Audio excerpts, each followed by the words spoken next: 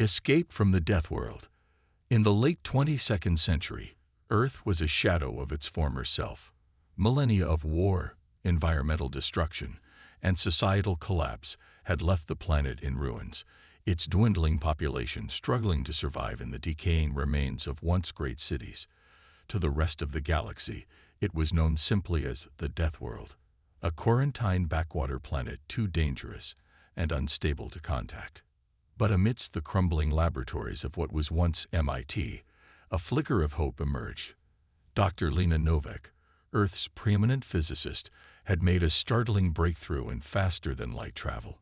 For decades, the Galactic Council had forbidden the development of FTL technology on Earth, fearing the humans might one day escape their prison. Yet Novak pressed on in secret. Dr. Novak, these test results, it's beyond anything we could have imagined, exclaimed her assistant, poring over the data streaming across the holo displays. Lena allowed herself a weary smile. She had devoted her life to this singular pursuit, sacrificing everything in the hopes of one day freeing her people from their isolated existence. As word of her success spread quietly among the remnants of Earth's scientific community, a radical plan began to take shape. They would construct a ship capable of FTL flight, no matter the risk or cost. Piece by piece, in hidden underground facilities across the planet, the vessel began to take shape. They called it the Odyssey, a symbol of humanity's unquenchable spirit of exploration. Lena knew their actions violated every Galactic Council edict, but the dream of her species walking among the stars once more burned too brightly. She would be the spark to reignite humanity's ascent. On a cold autumn night, under a sky choked with ancient orbital debris, the Odyssey and its intrepid crew of 50 men and women blasted off from the Deathworld, activating their FTL drive at the edge of Earth's gravity well. In a burst of pure energy, they'd vanished from their native star system, piercing the veil of quarantine to emerge in a galaxy that had all but forgotten the human race. First contact. The Odyssey jolted and shuddered as it dropped out of FTL, decelerating into a stable orbit around a vibrant Earth-like world. On the bridge, Captain Novak and her crew gaped at the vista before them. Towering megacities, sprawling orbital infrastructure, and a gleaming fleet of alien ships in perfect formation. "We've done it," Lena whispered, tears welling in her eyes. "We're really here." The crew erupted into cheers and embraces, the weight of their achievement sinking in. For many, it was their first time seeing a living, breathing civilization beyond the confines of Earth's ruins. But their elation was short-lived. Within moments, the crew's cheering gave way to blaring proximity alerts as a squadron of sleek alien fighters encircled the Odyssey, weapons primed. "Attention, unidentified vessel," a translated voice crackled over the comms. "You have entered Elixion space. Identify yourselves immediately or be destroyed." Lena's heart raced as she composed herself, keying the transmitter. "This is Captain Lena Novak of the Earth ship Odyssey. We come in peace, seeking to open a dialogue between our worlds." A tense silence followed, broken only by the gentle hum of the bridge's life support systems. Then a new voice spoke, one dripping with a mix of disbelief and quiet terror. "Did you say Earth? That's impossible. The Deathworld has been under quarantine for centuries. This is Commander Zorgax of the Galactic Council. Your ship will be impounded, and your crew detained until the Council determines your fate." The alien fighters began to close in, their flight paths interweaving to form an inescapable net. On the Odyssey's sensors, the blip of a massive warship emerged from behind the planet's moon, bearing down on their position. "Captain," the helmsman called out, panic edging into his voice. "What do we do?" Lena stared out at the stars, her resolve hardening. They had come too far to surrender now, to be caged once again. She would not let her crew's bravery be in vain. "Initiate evasive maneuvers and charge the FTL drive," she commanded, strapping into her chair. "We're going to jump." The Odyssey lurched into motion, its human-designed engines outpacing the Elixion ships with ease. The alien fighters opened fire, but the Odyssey's advanced shielding held strong. With a blinding flash, the human ship leaped into FTL once more, leaving a stunned Commander Zorgax in its wake. In the silence of the void, the crew of the Odyssey finally exhaled.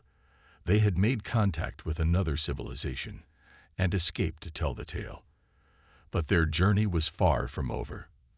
The galaxy was vast, and the Galactic Council would not rest until the rogue humans were contained.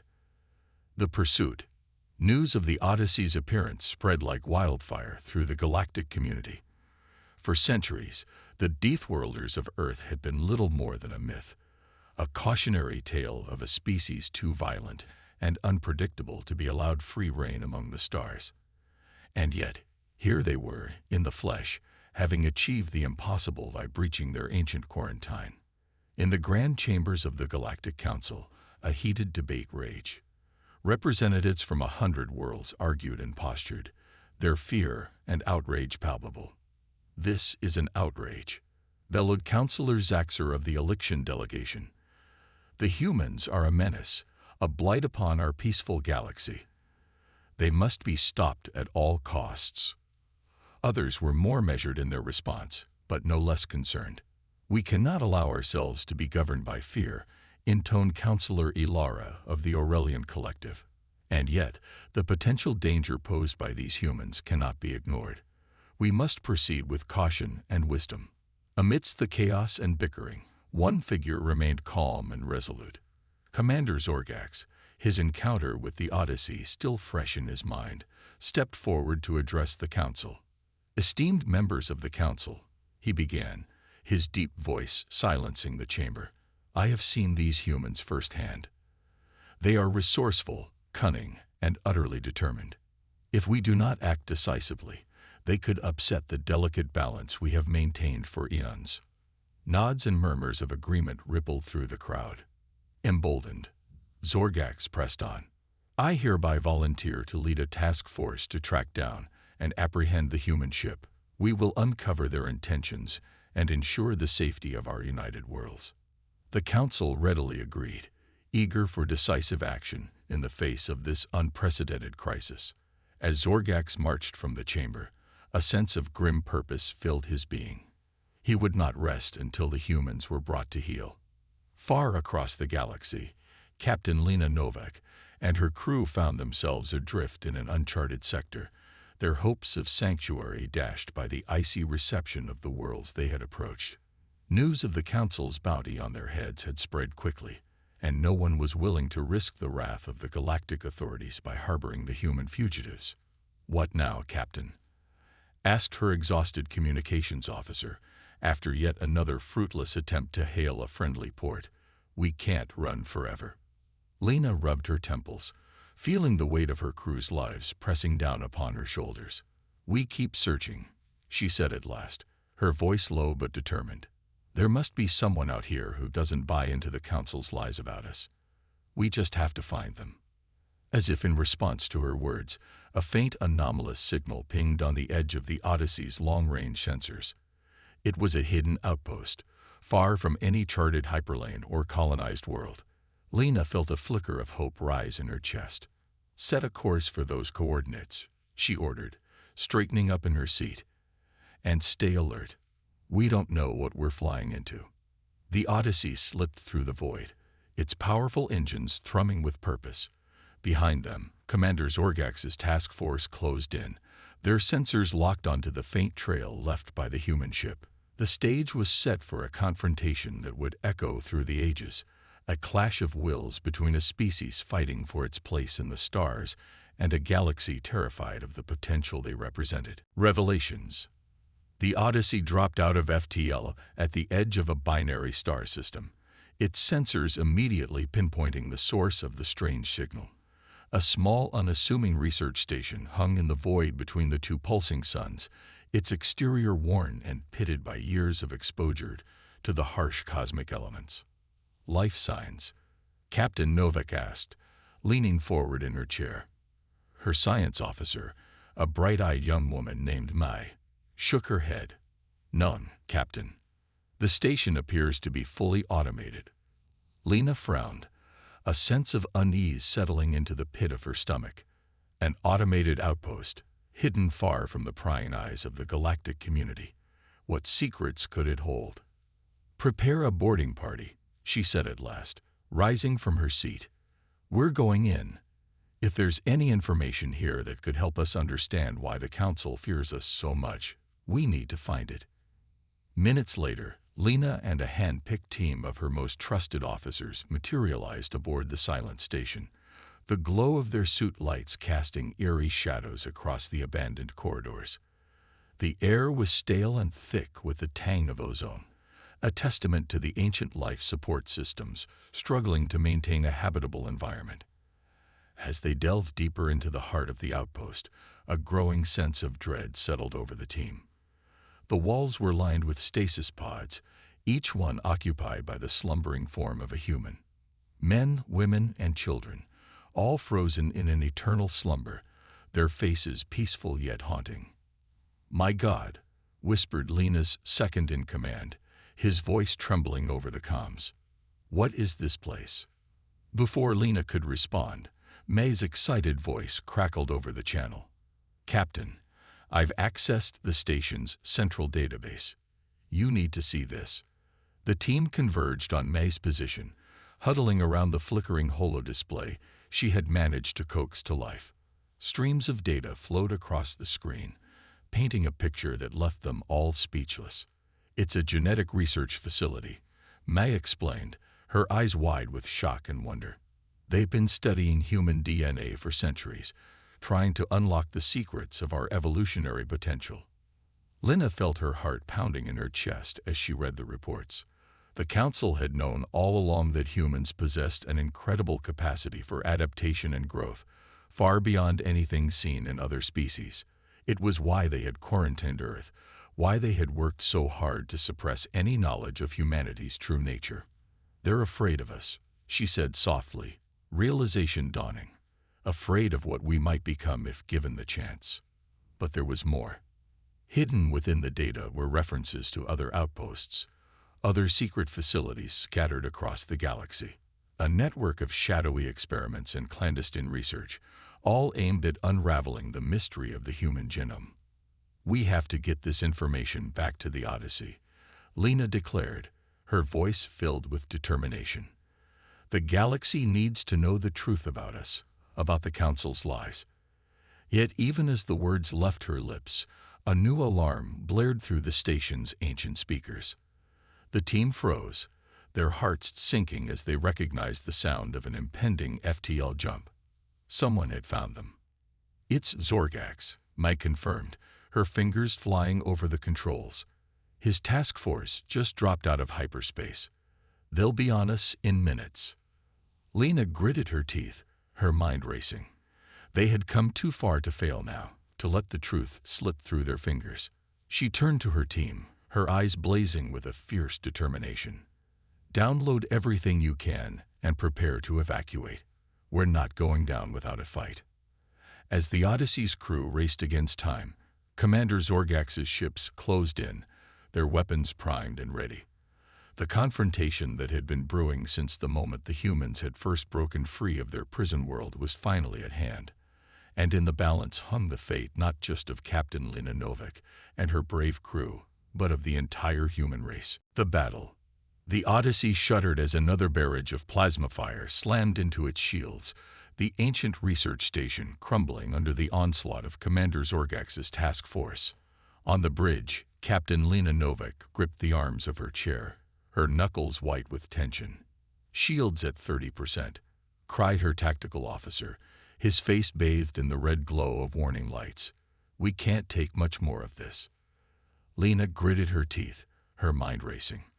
They had managed to evacuate her boarding team and the precious data they had uncovered just before the attack began. But now the full might of the Galactic Council bore down upon them. "Divert all auxiliary power to the shields and engines," she commanded, her voice steady despite the chaos around her. "And prepare the FTL drive for an emergency jump." But even as her crew rushed to carry out her orders, Lena knew it wouldn't be enough. Zorgax's ships were too fast, too heavily armed. They had to find a way to level the playing field. May, she barked, turning to her exhausted science officer. Those files you downloaded from the station, was there anything in there about Council ship schematics or weak points?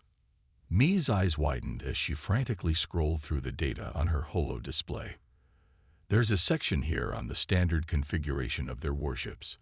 It mentions a vulnerability in their shield harmonics. If we can hit them with a precisely modulated tachyon burst, it could create a feedback loop and temporarily disable their defenses. Lena felt a flicker of hope rise in her chest. It was a long shot, but it was the only chance they had. "Helm, bring us about," she ordered, her eyes flashing with determination. "Tactical, prepare to fire on my mark." The Odyssey swung around to face its pursuers, its hull groaning under the strain of the sudden maneuver. On the view screen, Zorgax's flagship loomed like a predator, its weapons glowing with deadly intent. "Fire the tachyon burst. Now."